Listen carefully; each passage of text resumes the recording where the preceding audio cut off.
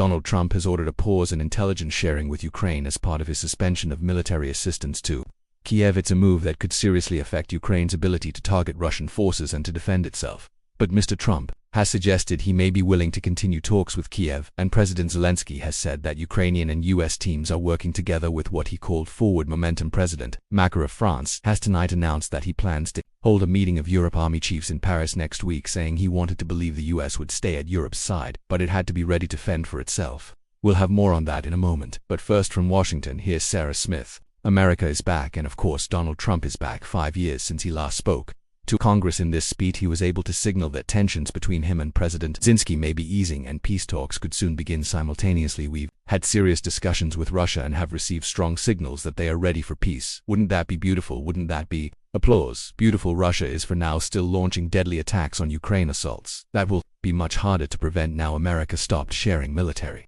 intelligence as well as halting the supply of weapons and equipment. The US believes that by harming Ukraine's ability to defend itself, they have forced Mr. Zelensky to talk about peace on Donald Trump's terms today. White House officials are already making plans for renewed talks with Ukraine just in the last 24 hours since the public statement from Zelensky, and then these subsequent conversations, which I'm going to walk inside and continue. I think we're going to see a movement in very short order. They did. President Trump addressed the controversial trade tariffs he's opposed on Canada, Mexico, and China, which many fear may spark global trade war, saying Americans may have to pay a price, but it would be worth it. Tariffs are about making America rich again and making America great again, and it's happening, and it will happen rather quickly. There'll be a little disturbance, but we're okay with that on television. Officials have to respond to diplomacy that's being done via social media. This was posted on by the Chinese embassy. Quote, if war is what the US wants, be it a tariff war, a trade war, or any other type of war, we're ready to fight till the end. As Secretary of Defense, how do you take that? Well, we're prepared. Those who long for peace must prepare for war.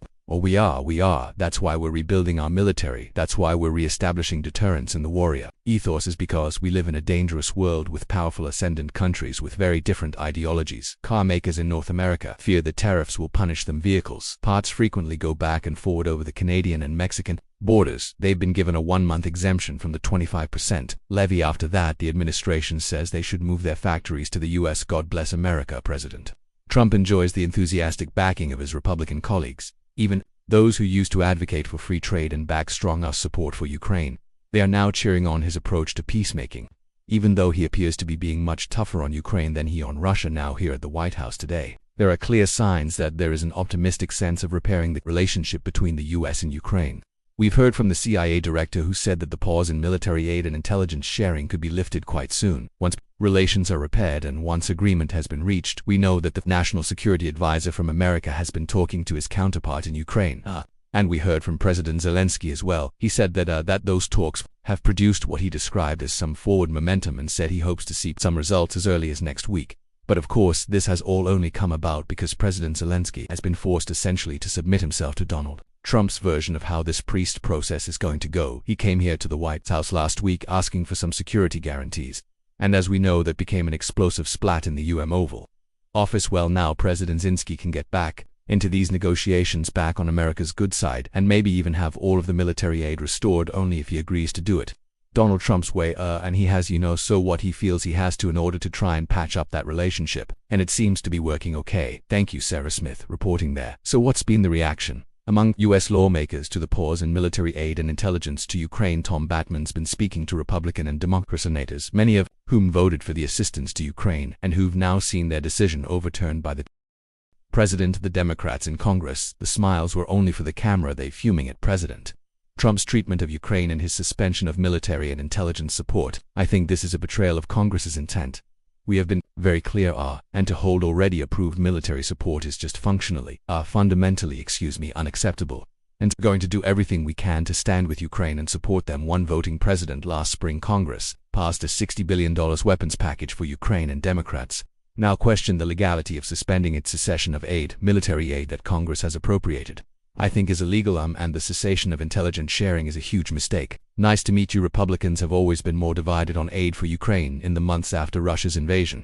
Some of them traveled to Kyiv, shoulder to shoulder with President Zelensky among them. Senator John Cornyn. What I'd like to hear now is what Mr. Putin's willing to contribute to the negotiations. So far we've just heard what is Ukraine willing to do, and I think without a credible offer by Mr. Putin, It's hard to see where this will go, but many of Mr. Trump's Republicans see his hard line as a way of leveraging Europe to better defend itself.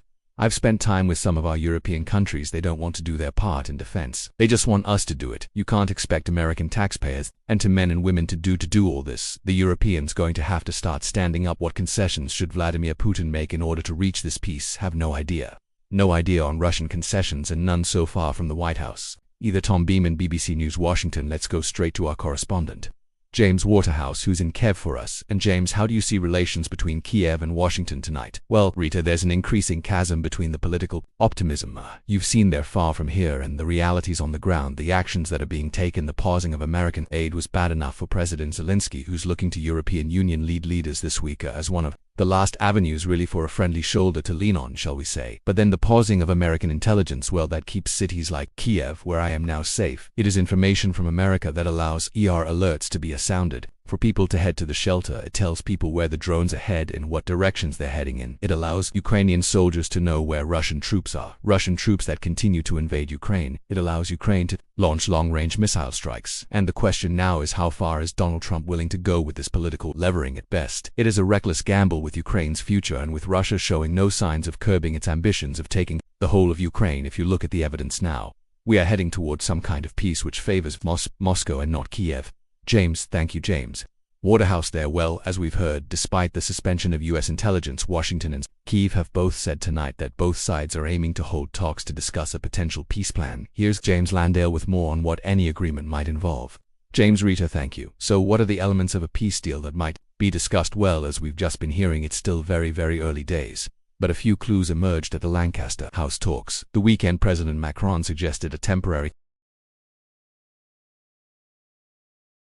partial truce. This would cover attacks in the air and the sea and against power plants, but not fighting on the ground in the east. President Zelensky echoed this in a tweet, saying that a truce could involve a release of prisoners, a ban on missiles and drones attacks on civilian infrastructure, and only, of course, if Russia would do the same. The idea is that a truce would be a start. It would test Russia's good faith, give Donald Trump an early win, and potentially create space for talks about a more lasting ceasefire. And if that were agreed, then Britain, France, and maybe some others would deploy a reassurance force to Ukraine to deter future Russian aggression. As the French president said out this evening, Ukraine must not be invaded again by Russia, and we have to prepare for that. We have to support the Ukrainian army.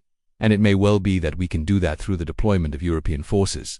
But all this presumes Donald Trump is on board, and he won't agree a deal without getting access to Ukrainian minerals, and he doesn't want the US military to help secure Ukraine's future. Let's not forget the Russians. Vladimir Putin wants Ukraine to be neutral outside NATO and demilitarized. He also wants to keep the territory he's seized and more in these regions here in red, and he doesn't want any European force here in Ukrainian soil. Now critics say that what Russia wants the US can't deliver, and the Ukrainians won't accept. Nothing much is going to happen in this until the Russians make up their mind whether they want to stick with their pretty maximalist demands or can back down a bit. Unless they can do that, then I think the Trump administration will find it difficult to take this very far forward. So for all the fast diplomatic movement, agreement between these two may yet be still some way off. James, thank you.